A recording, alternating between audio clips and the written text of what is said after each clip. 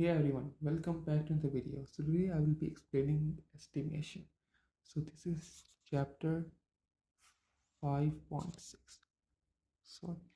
So chapter 5.6, estimation.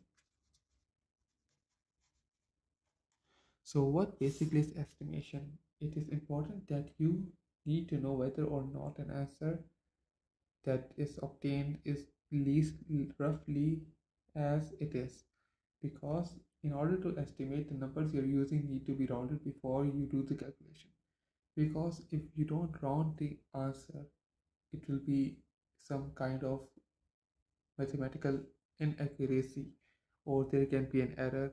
But if you're using more than one equation in one question, then you cannot use an estimation, because if you use an estimation, the answer will be different for the final step.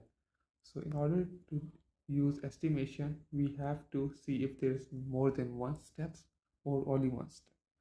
So over here we will be doing only one step, and that is if we have 4.6 plus 3.9 divided by square root of 398. So over here, if we have to estimate, so what we will do is we will estimate this, which is 4.6 will be rounded to 5 and 3.9 will be rounded to 4, divided by 398 will be rounded to 400, because it is the square of 20.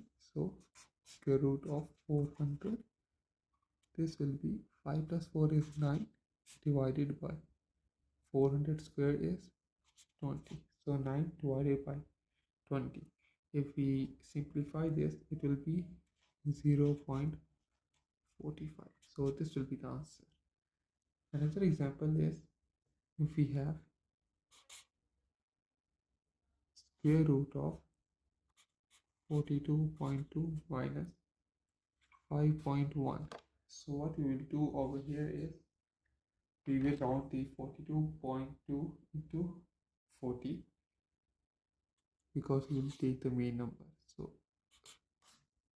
40 minus 5, this will be 35.